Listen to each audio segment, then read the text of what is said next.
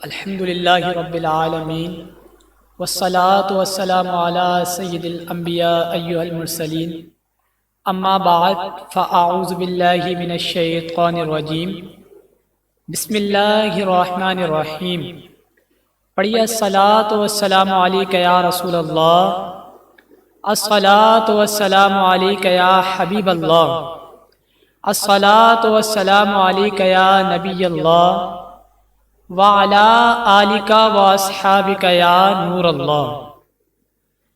فرمان مصطفیٰ صلی اللہ تعالیٰ علیہ وآلہ وسلم، جو شخص مجھ پر دن بھر میں ایک مرتبہ درود پاک پڑھتا ہے، اللہ عز و جل اس کو 10 نیکیاں عطا فرماتا ہے۔ صلو علی الحبیب صلی اللہ تعالیٰ علی محمد صلی اللہ تعالیٰ علیہ وآلہ وسلم۔ سیرت حضرت امام جعفر صادق رضی اللہ تعالیٰ عنہ۔ آپ رضی اللہ تعالیٰ عنہ کا نام، آپ رضی اللہ تعالیٰ عنہ دامن مصطفیٰ صلی اللہ تعالیٰ علیہ وآلہ وسلم کے بادشاہ حجت، نبی علیہ الصلوۃ والسلام کی دلیل، سچے عامل، تحقیق کے عامل، اولیاء اللہ کے دل کا میوہ، سید الانبیاء علیہ الصلوۃ والسلام کے لخت جگر، اولاد علی رضی اللہ تعالی عنہم، وارث نبی علیہ الصلوۃ والسلام، عارف عاشق ہیں۔ آپ کا نام ابو محمد امام جعفر صادق رضی اللہ تعالی عنہ ہے۔ میٹھے میٹھے اسلامی بھائیوں، نوٹ فرمائیے گا، 22 رجب نہ امام جعفر صادق رضی اللہ تعالی عنہ کی تاریخ پیدائش ہے اور نہ تاریخ وصال۔ آپ کی تاریخ ولادت 17 ربیع الاول 80 ہجری ہے اور تاریخ وصال ماہ شوال المکرم 148 ہجری ہے، اور ایک قول رجب کا بھی ہے۔ صلو علی الحبیب صلی اللہ تعالی علی محمد صلی اللہ تعالی علیہ وآلہ وسلم۔ نقل ہے کہ ایک دفعہ حضرت داؤد طائی رحمت اللہ تعالی علیہ امام جعفر صادق رضی اللہ تعالی عنہ کی خدمت میں تشریف لائے اور کہا کہ اے رسول صلی اللہ تعالی علیہ وآلہ وسلم کے بیٹے، مجھے کچھ نصیحت کریں کیونکہ میرا دل سیاہ ہو گیا ہے۔ آپ نے فرمایا کہ ابا سلیمان، تو زاہد زمانہ ہے، تجھ کو میری نصیحت کی کیا ضرورت ہے؟ انہوں نے عرض کیا کہ اے فرزند پیغمبر صلی اللہ تعالی علیہ وآلہ وسلم، اللہ تعالیٰ نے آپ کو ہم سب میں بزرگی بخشی ہے اور نصیحت کرنا آپ پر فرض کیا ہے۔ آپ نے فرمایا، اے ابا سلیمان، میں اس بات سے ڈرتا ہوں کہ قیامت کے دن میرے جد بزرگوار مجھ سے سوال نہ کریں کہ کیوں تم نے میری مشابہت کا حق ادا نہ کیا۔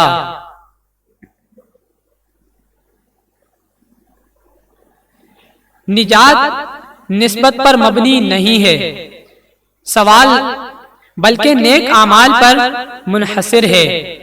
حضرت داؤد طائی رحمت اللہ تعالی علیہ اس بات کو سن کر بہت روئے اور کہا کہ الہی، جس شخص کا گوشت، پشت اور ہڈیاں نبوت سے ظہور میں آیا ہو، جس کا نانا رسول کریم صلی اللہ تعالی علیہ وآلہ وسلم، جس کی ماں فاطمۃ الزہرا رضی اللہ تعالی عنہ، وہ اس قدر خوف و قیامت سے ہراساں ہے، تو داؤد کس شمار رو کتار میں ہے اور کس بات پر ناز کر سکتا ہے؟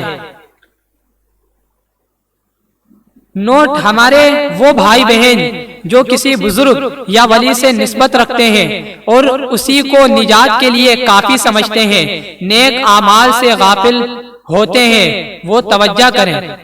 منقول ہے کہ ایک دفعہ کسی شخص کی روپیوں کی تھیلی گم ہو گئی۔ اس نے آپ رضی اللہ تعالیٰ عنہ سے آ کے کہا کہ آپ نے میری تھیلی چرائی ہے۔ آپ رضی اللہ تعالیٰ عنہ اس سے دریافت کیا کہ کتنے روپے تھے۔ اس نے کہا کہ 1000۔ چنانچہ آپ رضی اللہ تعالی عنہ اسے گھر لے گئے۔ اور 2000 روپے اس کو دے دیے۔ جب وہ شخص اپنے گھر گیا وہ روپیے مل گئے، تو چنانچہ وہ آپ کی خدمت میں حاضر ہوا اور سارا حال عرض کیا اور معذرت چاہی اور روپے واپس کرنا چاہے، لیکن آپ رضی اللہ تعالیٰ نے فرمایا کہ ہم لوگوں کو دی ہوئی چیزیں واپس نہیں لیا کرتے۔ چنانچہ اس نے آپ رضی اللہ تعالیٰ عنہ کی نصیحت لوگوں سے پوچھا تو معلوم ہوا کہ آپ حضرت امام جعفر صادق رضی اللہ تعالیٰ عنہ ہیں۔ یہ جان کر وہ بہت شرمندہ ہوا۔ آپ رضی اللہ تعالیٰ عنہ کی عاجزی نقل ہے کہ ایک دن آپ اپنے غلاموں میں بیٹھے تھے، آپ نے اس سے مخاطب ہو کر فرمایا آؤ ہم سب مل کر عہد کرتے ہیں کہ قیامت کے دن جو شخص نجات حاصل کرے وہ دوسرے شخص کے لیے نجات کی سفارش بارگاہ الہی میں کرے گا۔ غلاموں نے حیرانی کے ساتھ عرض کیا اے جگرے گوشہ رسول صلی اللہ تعالی علیہ وآلہ وسلم، آپ کو ہم غریبوں کی سفارش کی کیا حاجت ہے، جبکہ آپ کے نانا حضور سرور کائنات شفیع روز جزا ہیں صلی اللہ تعالی علیہ وآلہ وسلم۔ آپ نے فرمایا کہ مجھے اپنے افعال سے شرم آتی ہے کہ کس طرح قیامت کے روز اپنے نانا کے چہرہ مبارک کی طرف دیکھ سکوں گا۔ صلو علی الحبیب صلی اللہ تعالی علی محمد صلی اللہ تعالی علیہ وآلہ وسلم۔ کرامت حضرت امام جعفر صادق رضی اللہ تعالی عنہ نقل ہے کہ ایک دفعہ کسی شخص نے آ کر عرض کی کہ ابن رسول صلی اللہ تعالی علیہ وآلہ وسلم مجھے خدا کا دیدار کرواؤ۔ آپ رضی اللہ تعالیٰ نے ارشاد فرمایا کہ تم نے حضرت موسیٰ علیہ السلام کا قصہ نہیں سنا؟ ان کو کہا گیا تھا کہ تو نہیں دیکھ سکے گا۔ اس نے عرض کی کہ سنا تو ہے لیکن میں امت محمد صلی اللہ تعالی علیہ وآلہ وسلم سے ہوں۔ آپ رضی اللہ تعالی علیہ السلام کی امت کا ایک شخص ایک فریاد کرتا ہے کہ میرے دل نے اپنے خداوند کریم کو دیکھا۔ چنانچہ آپ رضی اللہ تعالیٰ عنہ نے غلاموں سے فرمایا کہ اس شخص کو باندھ کر دریائے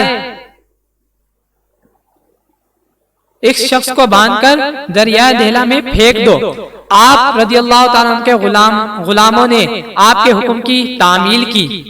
جب اس کو دریا میں پھینک دیا گیا اور پانی نے اس کو اوپر کی طرف اچھالا تو آپ رضی اللہ تعالیٰ عنہ نے دریا کو مخاطب کر کے کہا اس کو نیچے اوپر خوب غوطے دے۔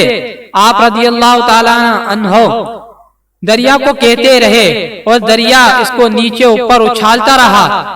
جب اس کی حالت غیر ہوئی تو اس نے کہا خداوند بچا۔ جو ہی آپ رضی اللہ تعالیٰ عنہ نے یہ لفظ سنا تو غلاموں کو حکم دیا کہ اس کو فوراً نکال لو۔ چنانچہ جب اس کو کچھ دیر کے بعد ہوش آیا تو آپ رضی اللہ تعالیٰ عنہ نے پوچھا کہ کیا تو نے خداوند کریم کو دیکھا؟ اس نے عرض کی کہ یا ابن رسول صلی اللہ تعالی علیہ وآلہ وسلم، جب تک خدا کے سوا غیر سے امداد کا طالب رہا ایک حجاب سا دل میں محسوس کرتا رہا، لیکن جب خداوند پر بھروسہ کیا تو میرے دل میں ایک سوراخ کی راہ سے روشنی محسوس ہوئی جس کی وجہ سے بالکل اطمینان ہو گیا۔ آپ رضی اللہ تعالیٰ عنہ نے فرمایا اب تو اپنے دل کے سوراخ کی حفاظت کر۔ خلاصہ اللہ تعالیٰ نے دریا کو آپ رضی اللہ تعالیٰ عنہ کے تابع کر دیا تھا، جو آپ رضی اللہ تعالیٰ عنہ کے حکم سے اس شخص کو اوپر نیچے ہوتے دے رہا تھا۔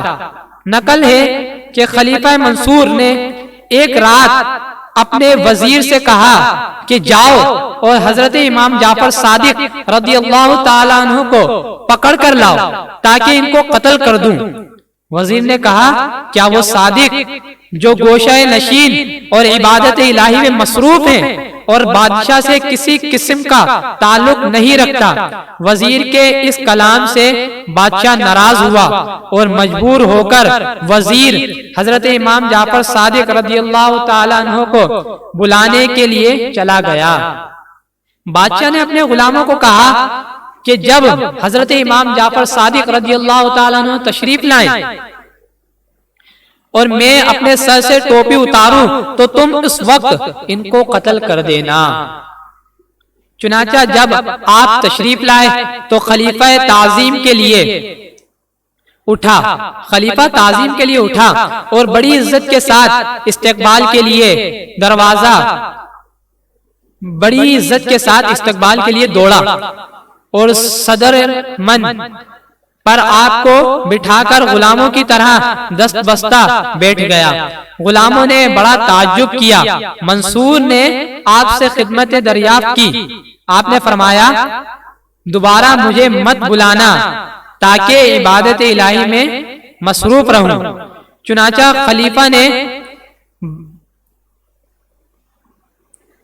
خلیفہ نے بضد کی اور آپ کو رخصت کر دیا، اور اسی وقت بادشاہ پر لرزہ طاری ہو گیا اور 30 دن تک بدصورت بے ہوش رہا۔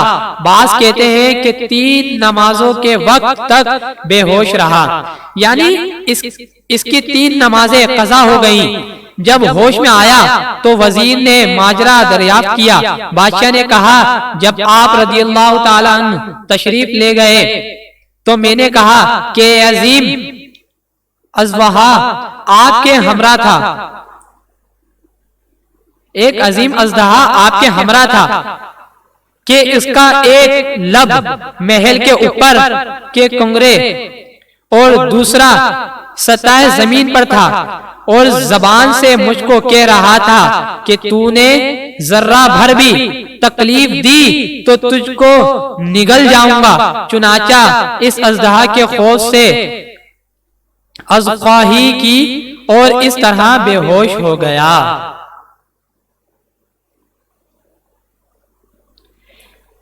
صلو علی الحبیب صلی اللہ تعالی علی محمد صلی اللہ تعالی علیہ وآلہ وسلم۔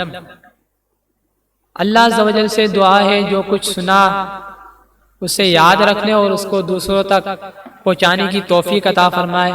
وآخر دعوانا الحمدللہ رب العالمین۔